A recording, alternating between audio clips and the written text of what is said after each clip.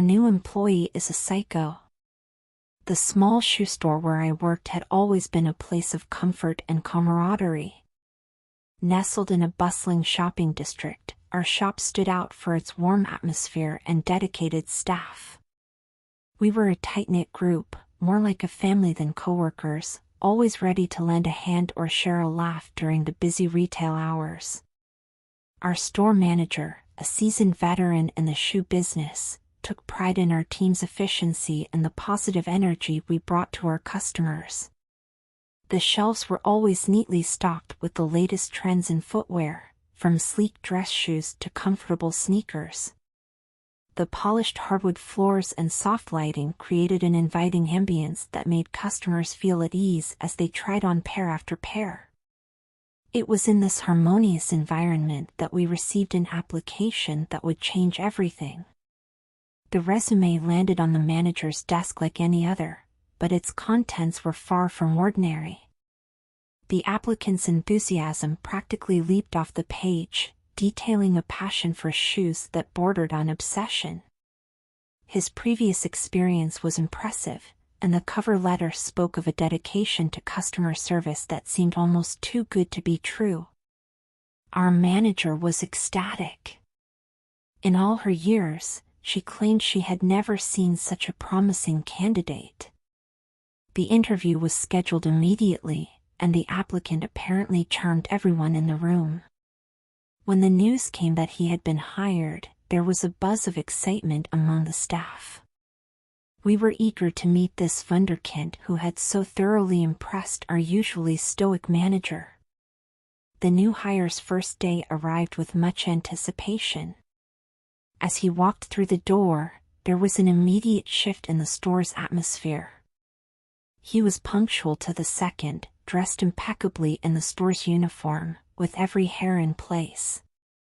His smile was wide and his handshake firm as he greeted each of us in turn. Yet, there was something in his eyes that gave me pause, a glint that seemed at odds with his friendly demeanor. As the day progressed, the new employee's performance was nothing short of stellar. He memorized the inventory system in record time, charmed customers with his product knowledge, and even managed to upsell on his very first transaction. The manager was beaming, already whispering about fast-tracking him for a supervisory position. However, it wasn't long before small, unsettling incidents began to accumulate. During his break, instead of joining us in the staff room as most new hires eagerly did, he disappeared into the stockroom.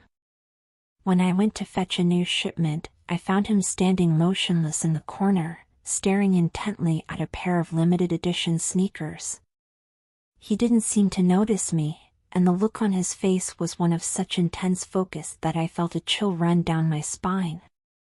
A few days later, one of my coworkers confided in me that she had seen the new hire lingering near the staff lockers when he thought no one was around.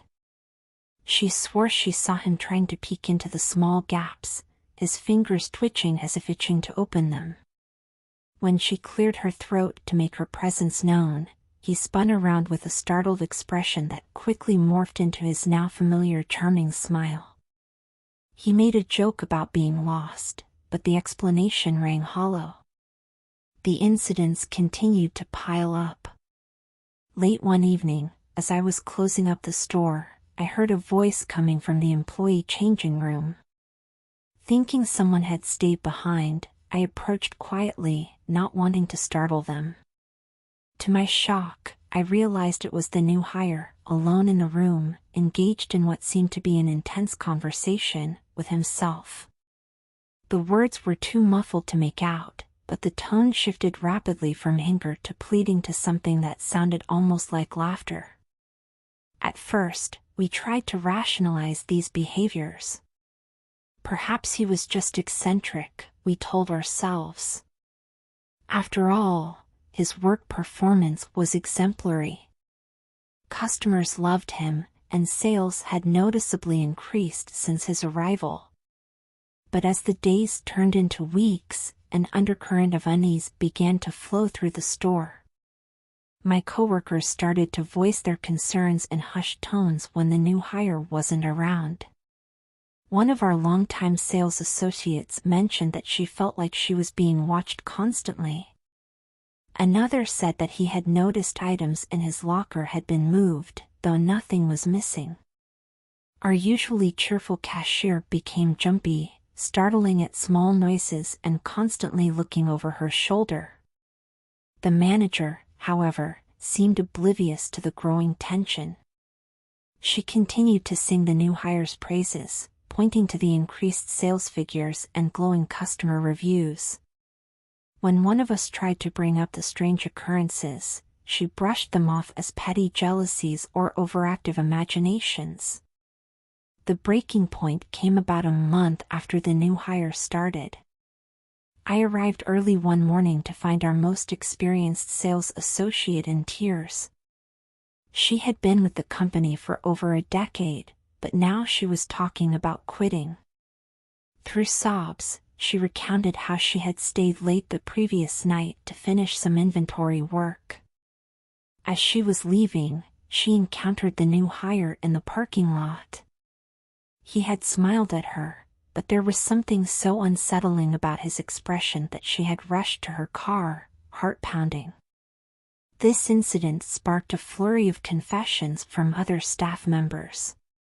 One by one, they shared their own unsettling experiences, whispered comments that sounded like threats, personal items going missing only to reappear in strange places, and an overwhelming feeling of being watched even when alone in the store. The atmosphere in the shop changed dramatically. The once warm and inviting space now felt oppressive and charged with tension. Employees who used to linger and chat after their shifts now hurried out the door the moment their work was done. Some even started requesting changes to their schedules to avoid closing shifts or working alone. I found myself caught in the middle of this growing storm. On one hand, I couldn't deny the new hire's impressive work performance and the boost he had given to our sales. On the other, the mounting evidence of his bizarre behavior and the effect it was having on my coworkers was impossible to ignore. I wrestled with the decision of whether to approach the manager again, knowing that previous attempts had been dismissed. As I observed the new hire more closely, I began to notice subtler oddities in his behavior. There were moments when his cheerful facade would slip, revealing a flash of something cold and calculating in his eyes. He had an uncanny ability to appear silently behind people, often startling them.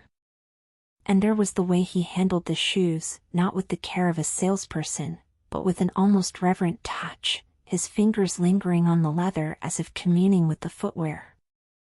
The internal conflict I felt was mirrored in my coworkers. We were all struggling to reconcile the new hire's professional success with the growing sense of unease he instilled in us. Conversations in the break room became strained, with people speaking in whispers and glancing nervously at the door. There was a palpable fear that he might overhear, might suddenly appear as he so often did. Some staff members began to talk about looking for other jobs. The thought of leaving had crossed my mind as well, but I felt a responsibility to the store and to my coworkers. Someone needed to get to the bottom of this situation, to find out who this person really was and what his intentions might be. As the days wore on, the tension in the store reached a fever pitch. Customers began to pick up on the strained atmosphere, commenting on the nervous energy of the staff. Our once thriving little shoe shop was transforming into a place of whispers and sidelong glances, all centered around the enigmatic figure who had entered our lives so recently yet had managed to upend everything we knew. I knew something had to be done, but I was at a loss as to what. Confronting the new hire directly seemed dangerous, given the flashes of something sinister I had glimpsed beneath his polished exterior.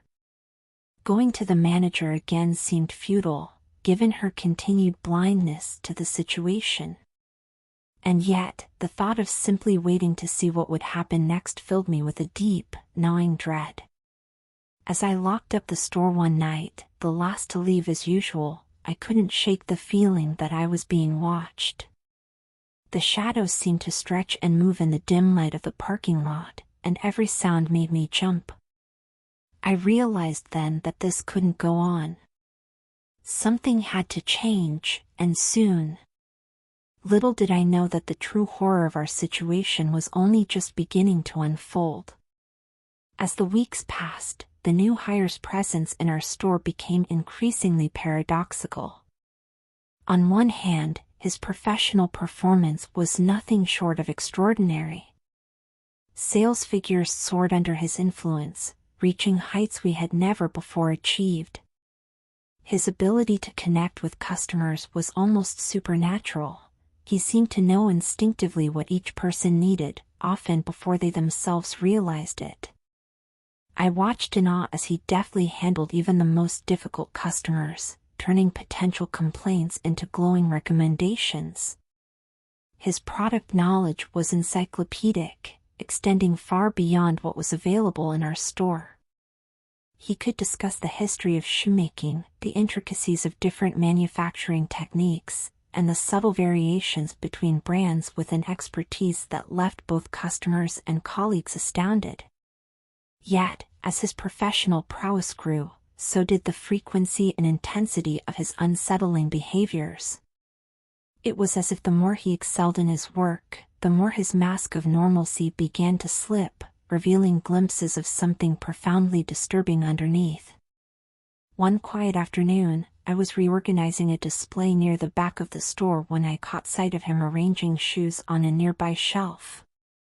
At first glance, nothing seemed amiss. His movements were efficient and precise as always. But as I watched, I noticed his reflection in the mirror behind the display. The expression on his face chilled me to the bone. His eyes were wide and unblinking, his mouth twisted into a grotesque grin that seemed to stretch impossibly wide. His hands caressed the shoes with an intimacy that felt obscene, his fingers tracing patterns on the leather as if decoding some secret message. The moment lasted only seconds before he noticed my gaze and turned, his face instantly transforming back into the pleasant, professional mask I had grown accustomed to. But the image of that twisted expression lingered in my mind, haunting my thoughts long after my shift had ended. Incidents like these became more frequent. During a busy Saturday rush, I observed him assisting an elderly woman with finding a comfortable pair of walking shoes. His manner was attentive and patient, his suggestions thoughtful and tailored to her needs. Then, in the split second when the woman bent to tie the laces, I saw his demeanor change dramatically. A look of utter contempt flashed across his features, his eyes narrowing and his lip curling in disgust. But by the time the customer straightened up, his face was once again a picture of solicitous concern. These rapid shifts in his behavior became more noticeable to me now that I was actively watching for them. It was as if he was constantly switching between personas, each perfectly crafted for its intended audience but slipping in moments of inattention. My suspicions grew, and I found myself dedicating more and more time to observing the new hire's movements around the store. I began to notice patterns in his behavior, particularly his tendency to disappear into areas of the shop not covered by our security cameras. Our CCTV system, while comprehensive, had a few blind spots, mostly in storage areas and near the emergency exits. I realized that he seemed to have an uncanny knowledge of exactly where these gaps in surveillance were located. One evening, as I was reviewing the day's security footage, a task that had become something of an obsession for me, I noticed the new hire lingering near one of these blind spots. He glanced around furtively, then quickly slipped into the area, remaining out of sight for several minutes before re-emerging, looking slightly disheveled but wearing that same pleasant smile. The next day, during my shift, I made an excuse to check that area. At first, nothing seemed out of place, but as I was about to leave, a glint of something metallic caught my eye. Wedged behind a stack of shoeboxes, I found a small notebook with a strange symbol embossed on its cover. My heart raced as I flipped it open, but before I could make sense of the cramped, frenzied writing inside, I heard footsteps approaching. I hastily shoved the notebook back into its hiding place and pretended to be organizing stock as the new hire rounded the corner, his eyes boring into me with an intensity that made my skin crawl. As my vigilance increased, so did the occurrence of inexplicable events within the store. The first major incident was the disappearance of a pair of extremely expensive, limited edition sneakers. These shoes were our pride and joy, displayed prominently in a locked case at the front of the store. They were more for attracting attention than for actual sale, given their exorbitant price tag. One morning, we arrived to find the case unlocked and the sneakers missing.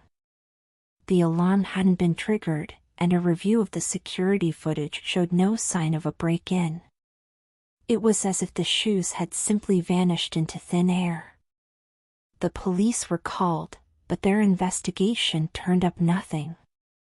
I couldn't shake the feeling that our new colleague knew more than he was letting on, especially given the almost gleeful glint in his eye as he expressed shock over the theft. In the wake of the missing sneakers, more disturbing occurrences began to pile up. Our point-of-sale system started experiencing frequent glitches, often during the new hire's shifts. Transactions would disappear, inventory counts would be off, and customer data would become corrupted. Our IT support team was baffled, unable to find any logical explanation for the errors. I began to suspect that these system failures were not random. Comparing sales reports with security footage, I noticed discrepancies that couldn't be explained by simple computer glitches. It seemed as though someone was manipulating the data, but for what purpose, I couldn't fathom. When I tried to bring my concerns to the manager, she dismissed them, attributing the issues to outdated software and assuring me that an upgrade was in the works. The final straw came when one of our most reliable employees, a woman who had been with the company for over a decade, abruptly quit without notice. She had been growing increasingly anxious over the past few weeks, often jumping at small noises and constantly looking over her shoulder. The day before she left, I overheard her in a heated whisper argument with the new hire in the stockroom. Though I couldn't make out the words, the tone was unmistakably one of fear and desperation on her part, met with cold, quiet menace from him. The next day, she didn't show up for her shift. Calls to her phone went straight to voicemail. When we finally heard from her, it was in the form of a terse email to the manager, stating that she was resigning effective immediately and would not be returning to the store for any reason. The shock of losing such a long-standing team member reverberated through the staff, amplifying the already palpable sense of unease. In the aftermath of these events, the atmosphere in the store became almost unbearable. Every interaction was tinged with suspicion, every glance loaded with unspoken questions. The easy camaraderie that had once defined our workplace was replaced by a suffocating miasma of fear and distrust. I found myself jumping at shadows, constantly looking over my shoulder, and second-guessing every interaction. The sound of footsteps behind me in the stockroom would send my heart racing. The ping of the door sensor announcing a customer's arrival filled me with dread rather than the usual welcoming anticipation. My coworkers were faring no better. Hushed conversations in the break room fell silent the moment the new hire approached. People began calling in sick more frequently, and those who did come to work moved through their shifts with a nervous energy, their smiles forced and their laughter brittle. Through it all, the new hire maintained his impeccable performance. Sales continued to climb, customer satisfaction scores were through the roof, and the manager sang his praises at every opportunity. It was as if he thrived on the growing chaos around him, his smile becoming more radiant as the rest of us wilted under the strain. I knew I had to do something, but I felt trapped. Who could I turn to? The manager was clearly under the new hire's spell, dismissing any concerns raised about him. The police had found nothing suspicious in their cursory investigation of the missing sneakers. And I had no concrete evidence of wrongdoing, just a collection of odd occurrences and my own growing sense of dread. As I locked up the store one night, the last to leave as usual, I felt the weight of my suspicions pressing down on me. The shadows seemed to stretch and move in the dim light of the parking lot, and every sound made me jump. I realized then that this couldn't go on. Something had to change, and soon. Little did I know that my decision to dig deeper into the mystery surrounding our new colleague would lead me down a path far darker and more dangerous than I could have ever imagined. The true nature of the horror that had insinuated itself into our lives was only just beginning to reveal itself, and the cost of uncovering the truth would be higher than any of us could have anticipated. As I drove home that night, my mind racing with possibilities and fears, I couldn't shake the feeling that I was being watched. In my rearview mirror, I caught glimpses of headlights that seemed to match my every turn, only to disappear when I tried to get a better look. By the time I arrived home, my nerves were frayed to the breaking point. Sleep eluded me that night, my dreams when they came filled with distorted images of shoes that moved on their own and shadowy figures that lurked just out of sight. I awoke the next morning feeling more exhausted than when I'd gone to bed, the weight of unresolved questions and growing fear sitting heavy on my chest. I knew that the time for passive observation was over. If I wanted answers, I would have to take more active steps to uncover the truth behind our mysterious new hire. As I prepared for another day at the store, I steeled myself for what was to come, knowing that the path ahead would be fraught with danger but unable to turn back from the precipice of discovery. The store that had once been my second home now loomed before me like a fortress of secrets, its familiar facade concealing untold horrors within. As I approached the entrance, key in hand, I took a deep breath, knowing that from this moment on, nothing would ever be the same. The decision to investigate our enigmatic new colleague was not one I made lightly. The risks were significant, but the growing sense of unease and the mounting evidence of something deeply wrong left me with no choice. I knew that uncovering the truth might come at a great personal cost, but the alternative, allowing this sinister presence to continue its hold over our store and our lives, was unthinkable. My investigation began with the most obvious starting point, the new hire's employment application. Under the guise of updating employee records, I managed to gain access to his file. At first glance, everything seemed in order. The resume was impressive, detailing a string of successful positions at high-end shoe retailers across the country. However, as I delved deeper, inconsistencies began to emerge. The dates of employment didn't quite add up, with overlaps that should have been impossible. References were vague, with contact numbers that led to disconnected lines or bewildered individuals who claimed no knowledge of our new hire. Even more disturbing were the subtle discrepancies in personal information, birth dates that didn't match, addresses that didn't exist. Each discovery sent a chill down my spine. It was clear that the persona presented in this application was a carefully constructed facade. But who was the real person behind this elaborate deception, and what were their true intentions? Determined to uncover more, I began reaching out to the previous employers listed on the resume. This proved to be a frustrating and often fruitless endeavor. Many of the stores listed had either gone out of business or had no record of ever employing someone matching our new hire's description. Those that did remember him provided accounts that were vague and often contradictory. One conversation, however, stood out. The manager of a boutique shoe store in a distant city initially refused to discuss their former employee. But as I pressed, hinting at the strange occurrences in our own store, her resistance crumbled.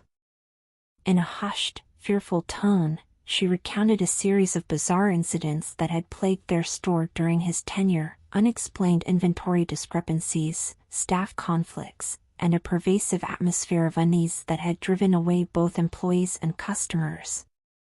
Most chilling was her description of his departure. There had been a confrontation, she said, though the details were hazy. All she could clearly remember was the look in his eyes, a cold, inhuman stare that had haunted her dreams for months afterward. The store had closed shortly after, unable to recover from the financial and reputational damage. This account left me shaken, but also more determined than ever to uncover the full truth. I turned my attention to the store's security footage, spending countless hours reviewing tapes from the past few months. The task was mind-numbing, but slowly, patterns began to emerge. I noticed how the new hire always seemed to be aware of the camera locations, skillfully maneuvering to keep his actions just out of frame during suspicious moments. There were inexplicable gaps in the footage, always coinciding with his shifts. And in the grainy images, I caught glimpses of that same twisted expression I had witnessed in person, a grotesque mask that slipped into place when he thought no one was watching. As I delved deeper into my investigation, I began to notice changes in my own behavior. I found myself constantly looking over my shoulder, jumping at shadows, and second-guessing every interaction. Sleep became elusive, plagued by nightmares of endless shoe aisles and shadowy figures always just out of sight. The store that had once been a second home now felt like a sinister labyrinth, with danger lurking around every corner. My colleagues, too, were showing signs of strain. The once lively break room conversations had devolved into tense silences and wary glances. People moved through their shifts with a nervous energy, their smiles forced and their laughter brittle. The camaraderie that had once defined our workplace had been replaced by a suffocating atmosphere of suspicion and fear. One particularly unsettling discovery came when I managed to access some of the new hire's personal effects left in the break room. Hidden in the lining of his bag, I found a small, worn notebook. The pages were filled with cramped, frenzied writing, lists of names, addresses, and dates, interspersed with bizarre symbols and diagrams. Many of the names I recognized as those of our regular customers, but others were unfamiliar. Next to some names were notations that made my blood run cold: suitable, not yet, and most disturbingly, acquired. The implications of this notebook were too terrible to contemplate. Was our new colleague involved in something far more sinister than mere theft or fraud? The possibility of human trafficking or worse loomed in my mind, adding a new level of urgency to my investigation. As I continued to dig, I uncovered perhaps the most shocking piece of evidence yet. Buried deep in the recesses of public records, I found a series of court documents relating to a case of identity theft and fraud. The details were sparse, but the description of the perpetrator bore a striking resemblance to our new hire. Even more disturbing was a mention of the defendant's history of mental health issues, including a stint in a high-security psychiatric facility. This discovery left me reeling. The person we had welcomed into our midst, who had charmed customers and management alike, might well be a dangerous fugitive with a history of mental instability. The implications were staggering, and the weight of this knowledge pressed down on me like a physical force. As if in response to my discoveries, the atmosphere in the store took a drastic turn for the worse. One morning, we arrived to find that one of our senior staff members, a woman who had been increasingly vocal about her discomfort with the new hire, hadn't shown up for her shift. Calls to her phone went unanswered, and a visit to her home by concerned colleagues found no sign of her. The disappearance sent shockwaves through the staff. Whispered theories and fearful speculation ran rampant. Some suggested she had simply quit without notice, unable to handle the stress any longer. Others voiced darker suspicions, their eyes darting nervously to the new hire as they spoke in hushed tones. The tension reached a breaking point a few days later when one of our closing staff made a gruesome discovery in the parking lot. Hidden behind a dumpster were several trash bags filled with what appeared to be blood-stained clothing and shoes. The police were immediately called, and suddenly our small shoe store became the center of a potential crime scene. The arrival of law enforcement brought a new level of scrutiny to our operations.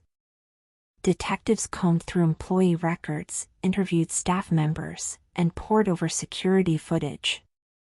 The new hire, unsurprisingly, maintained his calm demeanor throughout, answering questions with the same charming ease that had won over customers and management alike. As the investigation progressed, more unsettling details came to light. Several customers reported strange interactions with the new hire, moments of inappropriate intensity, veiled threats, and in one chilling account, an elderly woman claimed he had tried to pressure her into buying shoes that were clearly too small, insisting with an almost manic fervor that pain is just weakness leaving the body. The mounting evidence and the police presence cast a pall over the entire store. Sales plummeted as word spread in the community. Longtime customers avoided the shop, and those who did venture in hurried through their purchases, casting nervous glances around as if expecting danger to leap out from behind the shoe displays. Staff morale hit rock bottom. Several employees quit outright, unwilling to continue working in such a tense and potentially dangerous environment. Those who remained moved through their shifts like ghosts, jumping at every sound and watching each other with wary, suspicious eyes. Throughout it all, the new hire maintained his impeccable facade.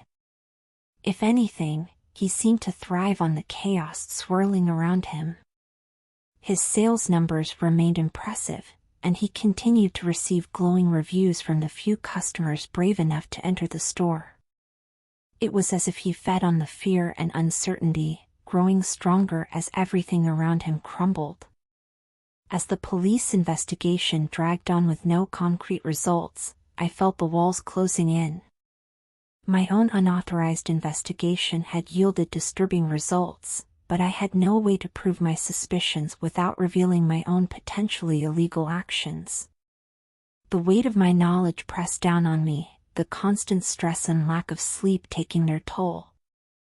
One evening, as I was closing up the store alone, a task that now filled me with dread, I caught a glimpse of movement in the security mirror. For a heart-stopping moment, I saw the new hire standing directly behind me, his face contorted into that now familiar grotesque grin. But when I spun around, the space behind me was empty. Shaken, I hurried to finish my closing duties, my hands trembling as I counted the till and set the alarm.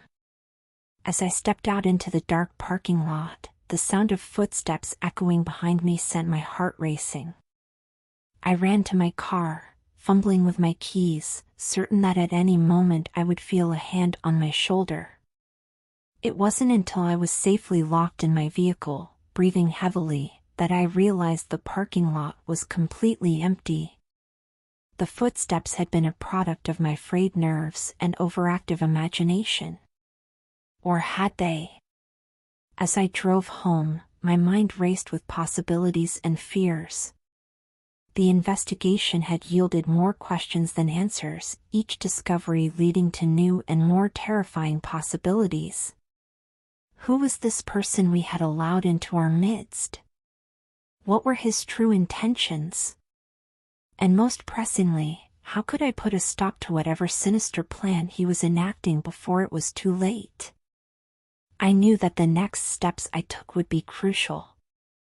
The evidence I had gathered, while circumstantial, painted a disturbing picture. But presenting it to the authorities or management carried its own risks. Would I be believed? Or would my own actions in uncovering this information be called into question? As I arrived home, double-checking the locks on my doors and windows, I couldn't shake the feeling that I was now irrevocably entangled in something far larger and more dangerous than I had ever imagined. The simple job at a shoe store that had once been a source of comfort and stability had transformed into a nightmare from which I couldn't seem to wake. Sleep eluded me that night, my dreams when they came filled with distorted images of shoes that moved on their own and shadowy figures that lurked just out of sight. I awoke the next morning feeling more exhausted than when I'd gone to bed, the weight of unresolved questions and growing fear sitting heavy on my chest. As I prepared to face another day at the store, I steeled myself for what was to come. I knew that the time for passive observation was over. If I wanted to protect myself, my colleagues, and our unsuspecting customers, I would have to take more decisive action. The path ahead was fraught with danger, but the alternative, allowing this malevolent presence to continue unchecked, was unthinkable. With a deep breath, I gathered my courage and headed out, knowing that the decisions I made in the coming days would likely change the course of my life forever. The truth was out there, hidden beneath layers of deception and fear, and I was determined to uncover it, no matter the cost. The tension in the store had reached a fever pitch. Every day felt like walking on a knife's edge, with the constant fear of what new horror might be revealed. Despite the ongoing police investigation, or perhaps because of it, the atmosphere had become almost unbearable. It was in this charged environment that I found myself working late one night, tasked with conducting an after-hours inventory check. The store, usually a place of warmth and familiarity, now felt alien and threatening in the dim after-hours lighting. Every shadow seemed to conceal a potential threat, every sound a harbinger of danger. I moved through the aisles methodically, trying to focus on the task at hand and ignore the growing sense of unease that prickled at the back of my neck. It was as I was counting boxes in the back stockroom that I heard it, the soft click of the main door closing. My heart leapt into my throat. I was supposed to be alone in the store. Slowly, carefully, I peered around the corner of a tall shelving unit. There, standing in the center of the store as if he owned it, was the new hire. His back was to me, but even from this distance, I could sense something different about his posture. Gone was the carefully cultivated charm and easy grace. In its place was something predatory, something that sent chills down my spine. I must have made a sound, a gasp, perhaps, or the scuff of my shoe on the floor, because he suddenly turned. Our eyes met, and in that moment, I knew with absolute certainty that the person I was looking at was not the same one who had charmed his way into our store and our lives. His face, usually schooled into a mask of affable professionalism, was twisted into something inhuman. His eyes, normally warm and engaging, now burned with a manic intensity. The smile that had won over countless customers was now a rictus grin, too wide and filled with too many teeth. Well, he said, his voice a low purr that seemed to slither through the air. Isn't this a pleasant surprise? I had so hoped we might have some time alone together. I felt my body tense, every instinct screaming at me to run. But I was cornered in the stockroom, with him between me and the only exit. I tried to keep my voice steady as I spoke. What are you doing here? The store's closed. He laughed, a sound devoid of any real mirth. Oh, I think we both know that I'm exactly where I'm meant to be. Just as you are. He took a step forward, and I involuntarily stepped back. You've been quite the busy little bee, haven't you? Asking questions, poking your nose where it doesn't belong. My mind raced, trying to find a way out of this situation. I needed to keep him talking, to buy time. Who are you really? I asked, my voice barely above a whisper. What do you want? His grin widened impossibly further. Who am I? I'm the culmination of a lifetime of pain and rejection. I'm the monster that your precious little shoe store created. He gestured around dramatically. All of this, the fake smiles, the forced politeness, the constant judgment based on what people put on their feet, it's all a lie. And I'm here to expose it. As he spoke, he began to pace, his movements jerky and unpredictable. I used the opportunity to slowly edge towards a fire extinguisher mounted on the wall. If I could just reach it. You see, he continued, seemingly lost in his own narrative, shoes are everything. Their status, their comfort, their identity. I understood that from a young age. But no matter how hard I tried, no matter what I wore, I was never good enough. Always the outcast, always the freak. His voice took on a manic edge. But then I had an epiphany. If I couldn't fit in, I'd make everyone else feel as uncomfortable as I always had. And what better place to do that than in a shoe store? I felt my back hit the wall. The fire extinguisher was just inches from my hand now. Is that why you're here? To make us all miserable? He laughed again, the sound echoing unnaturally in the empty store. Oh, it's so much more than that. This is just the beginning. Soon, everyone will understand. Everyone will feel the pain, the rejection, the constant judgment that I've endured. In a flash, he closed the distance between us, moving within human speed.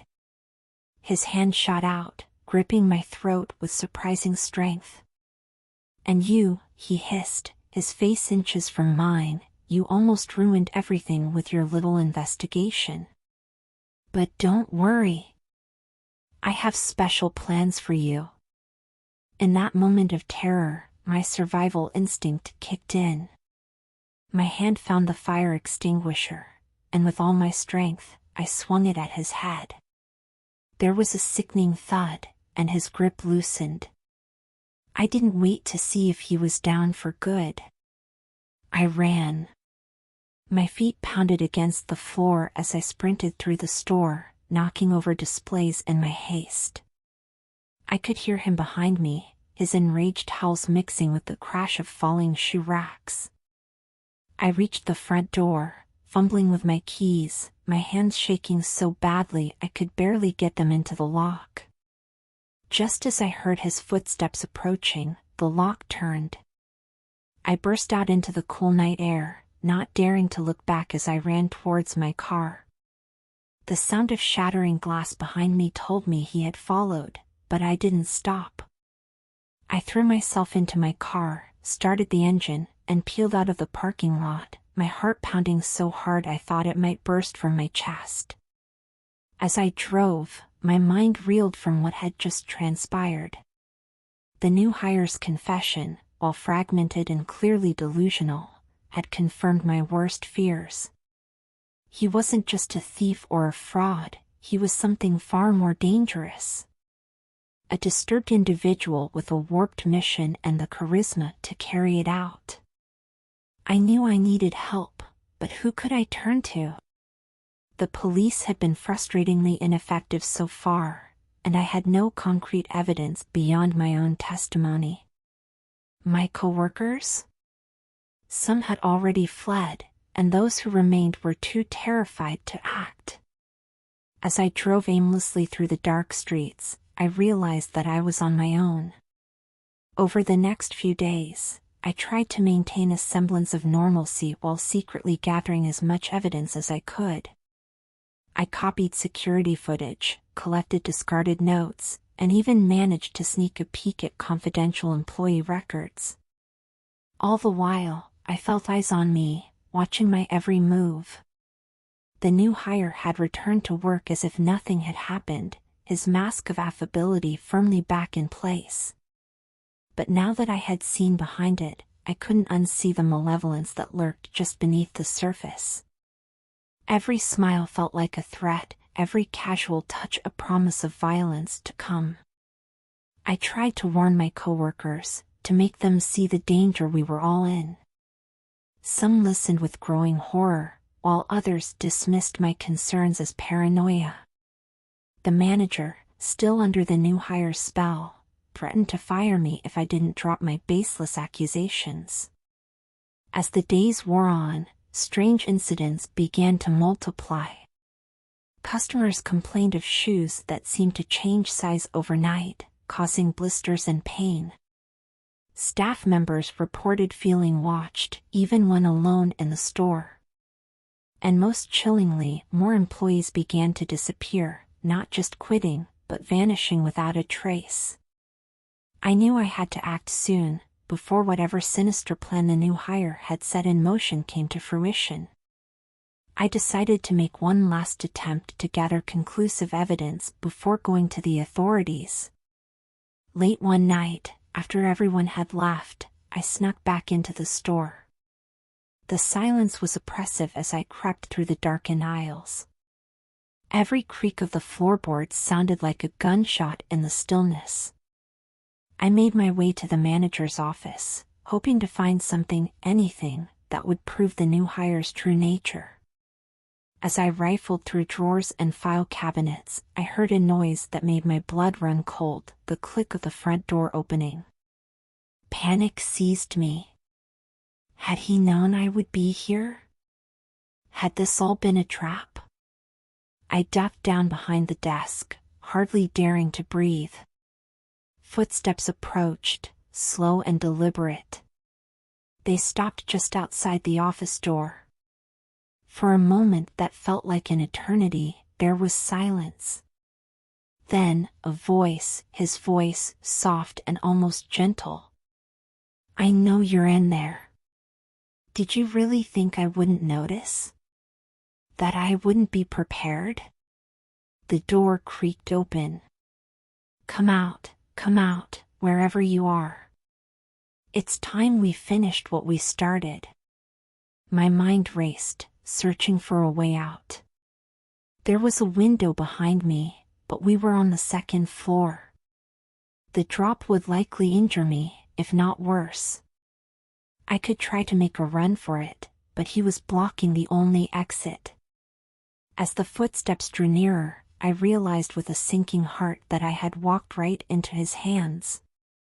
"You know," he continued, his voice taking on that manic edge I remembered from our last encounter, "I should thank you. Your little investigation, your desperate attempts to expose me, they've only made me stronger. Every obstacle you've thrown in my path has forced me to adapt, to evolve." I could see his shoes now, just on the other side of the desk.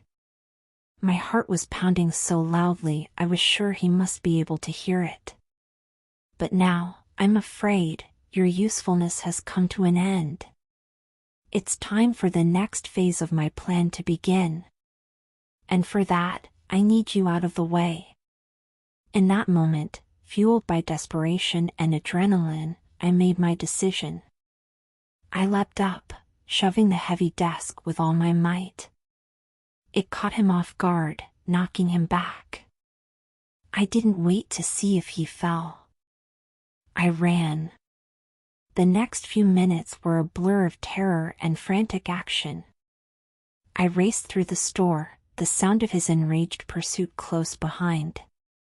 Displays toppled, shoes scattered across the floor, becoming dangerous obstacles in the darkness. I reached the main floor and headed for the front door, my salvation just feet away. But as I grasped the handle, I felt a hand close around my ankle. I went down hard, my chin cracking against the floor. As I struggled to break free, I felt his weight on top of me, pinning me down. His breath was hot on my neck as he leaned in close. "Did you really think you could escape?" he hissed. This was always how it was going to end. But even as despair threatened to overwhelm me, I saw something that rekindled a spark of hope. Through the glass doors, I could see flashing lights approaching. Someone, a passerby, a security guard, I didn't know who, had seen the commotion and called the police. The new hire saw it too. His grip loosened for just a moment, but it was enough. I twisted, bringing my knee up hard. He grunted in pain, rolling off me. I scrambled to my feet and finally made it out the door. The cool night air hit me like a physical force as I ran towards the approaching police cars. I could hear him behind me, his footsteps pounding on the pavement. But he was too late. The police were here, and for the first time in what felt like an eternity, I allowed myself to feel a glimmer of hope. As the officers swarmed around us, I turned to face my tormentor one last time. The mask had fallen away completely now, revealing the twisted, hate-filled creature beneath. But as they cuffed him and led him away, I saw something else in his eyes, a flicker of fear, quickly replaced by a burning resolve. This wasn't over, I realized with a chill. Whatever sick game he had been playing, whatever twisted plan he had set in motion, it was bigger than just our store, bigger than just me.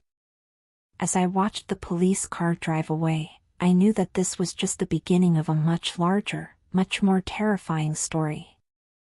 The adrenaline that had kept me going began to ebb, leaving me shaky and exhausted. As the police officers approached to take my statement, I found myself wondering how I could possibly explain everything that had happened.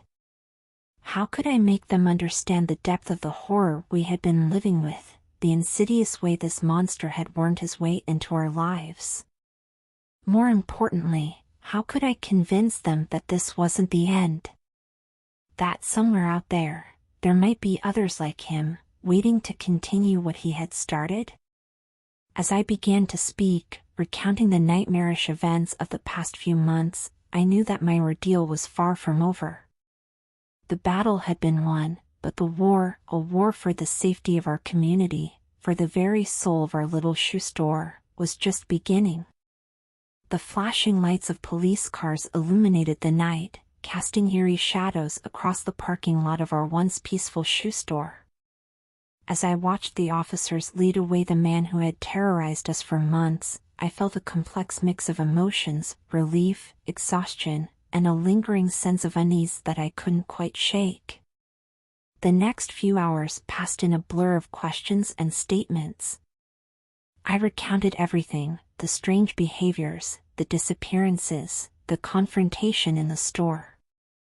The detectives listened with growing concern, occasionally exchanging glances that I couldn't decipher. As dawn broke, casting a pale light over the scene, I was finally allowed to go home. But home no longer felt like the sanctuary it once had. Every creak of the floorboards, every shadow in the corner, sent my heart racing. Sleep eluded me, and when it did come, it was plagued by nightmares of endless shoe aisles and a grinning face emerging from the darkness. Days turned into weeks, and slowly, life at the store began to resume a semblance of normalcy. The police investigation continued, but details were scarce. We were told that the new hire, whose real name and background remained a mystery, was in custody, undergoing psychological evaluation. But something about the way the detectives delivered this information left me feeling that there was more to the story than they were letting on. My attempts to return to work were fraught with difficulty. The store that had once been a second home now felt alien and threatening.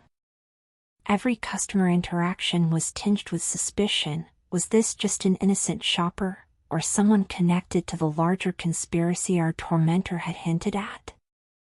I found myself scrutinizing everyone, looking for signs of the same madness we had endured. My colleagues were struggling too.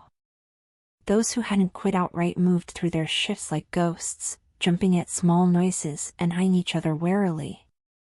The camaraderie that had once defined our workplace was gone, replaced by a pervasive atmosphere of distrust and fear. The manager, who had been so thoroughly fooled by the new hire's charisma, seemed to have aged years in a matter of weeks. The confident, decisive leader was gone, replaced by a shell of a person who second-guessed every decision and looked over their shoulder constantly. As I tried to piece my life back together, nagging questions continued to plague me. The fate of our missing colleagues remained unknown. Despite extensive searches and investigations, no trace of them had been found. Were they victims of our tormentor's twisted games, or was there something even more sinister at play? The possibility of other conspirators within the store or the larger company haunted me. Had the new hire truly acted alone, or were there others, still hiding in plain sight, waiting to continue his work? Every interaction, every glance, became a potential threat. But perhaps most unsettling were the questions surrounding the new hire's true motives and background. The story he had told me during our confrontation, of rejection, obsession, and a warped mission to make others suffer, seemed too simplistic to explain the elaborate scheme he had enacted. What was the larger goal? And who, if anyone, was pulling the strings behind the scenes? These questions came to a head about a month after the arrest. I was working a quiet afternoon shift when a detective entered the store. Her face was grim as she asked to speak with me privately. In the back office, she delivered news that sent my world spinning once again. "There's been a development," she said, her voice carefully neutral. "The suspect escaped custody last night. We're doing everything we can to locate him, but I needed to warn you personally. You should take precautions." The words hit me like a physical blow. All the progress I had made, the small steps towards reclaiming my sense of safety, crumbled in an instant. The detective continued speaking, outlining security measures and offering police protection, but her words washed over me in a daze. As she left, promising to keep me updated, I sank into a chair, my mind reeling. The nightmare wasn't over. It had only entered a new, potentially more dangerous phase. The news of the escape spread quickly, and its effect on the store was immediate and devastating. Several employees quit on the spot. Those who remained moved in pairs, constantly looking over their shoulders. Customers, sensing the tension, began to avoid the store. Sales plummeted. In the midst of this renewed chaos, strange incidents began to occur once again. Shoes would be found arranged in bizarre patterns overnight. Cryptic messages would appear scrawled on mirrors in the fitting rooms, only to vanish before they could be properly documented. The security cameras would glitch, showing fleeting images of a familiar face that couldn't possibly be there. My own paranoia reached new heights. I installed multiple locks on my doors and windows at home. I varied my routes to and from work, constantly checking for signs of being followed. Sleep became a luxury I could rarely afford, as every sound in the night became a potential threat. The police presence around the store increased, but it did little to allay our fears. If anything, it served as a constant reminder of the danger we were in. And as the days stretched into weeks with no sign of the escapee, a new fear began to take hold. What if he wasn't coming back for us at all? What if this was just the beginning of a larger, more terrifying plan?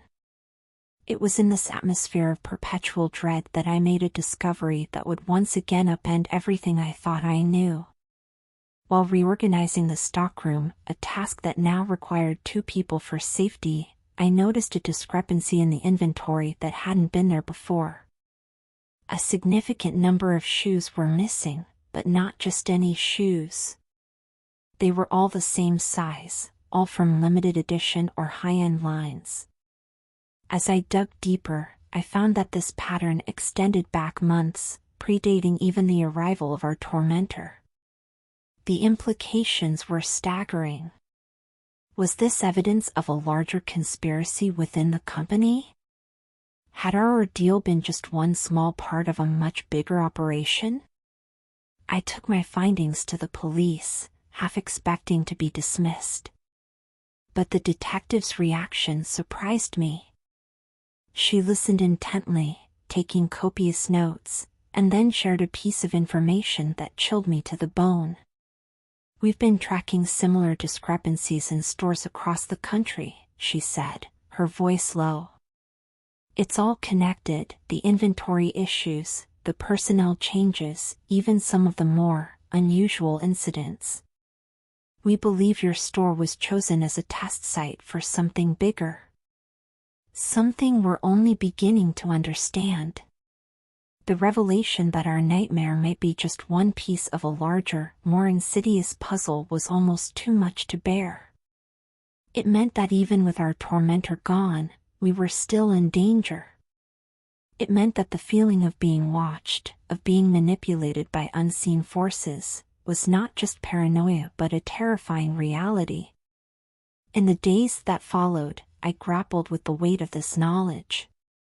Should I share it with my colleagues, already stretched to their breaking point? Should I leave it all behind, try to start a new life somewhere far away from the shadow of what had happened? Or should I stay and fight, try to uncover the full truth of what we had become entangled in? The decision was made for me one evening as I was closing up the store. As I turned to set the alarm, I caught a glimpse of movement in the security mirror.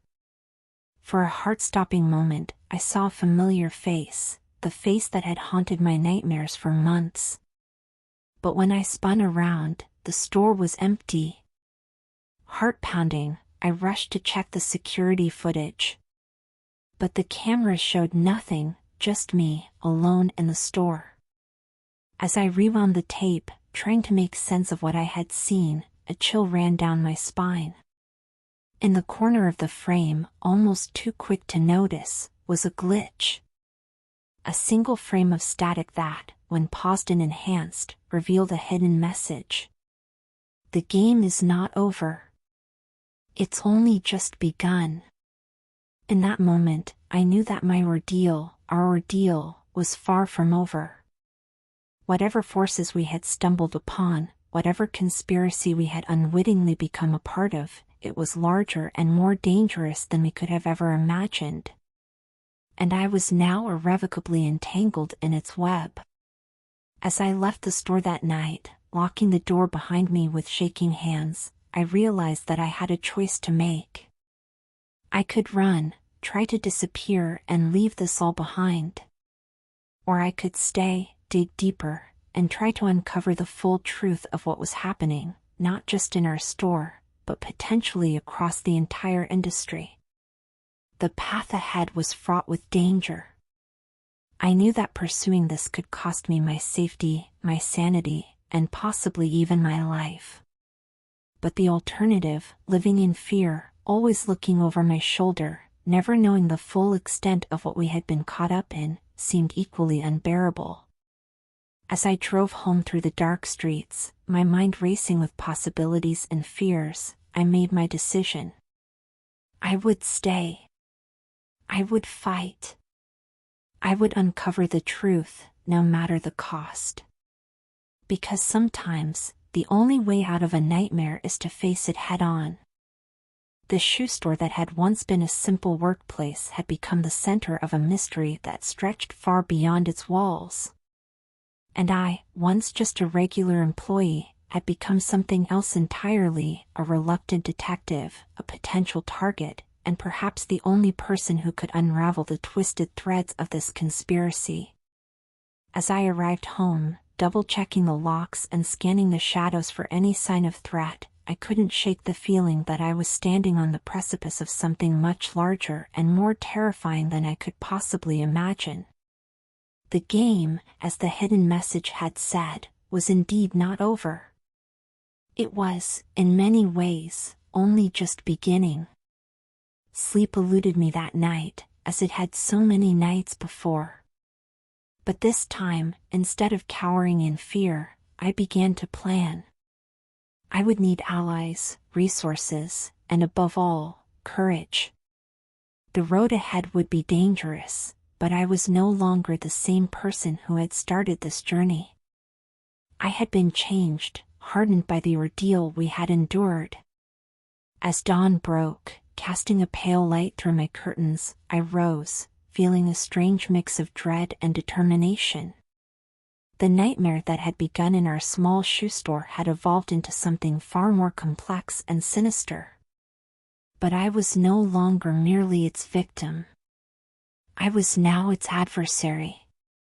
Whatever came next, whatever twisted plans our tormentor and his unseen allies had in store, I would be ready.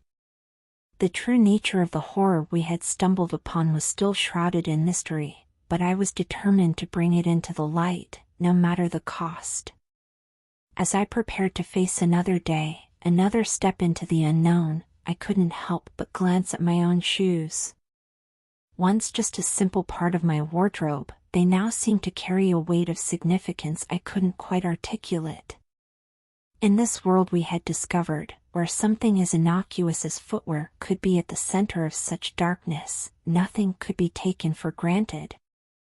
The game was indeed not over. But this time, I intended to change the rules.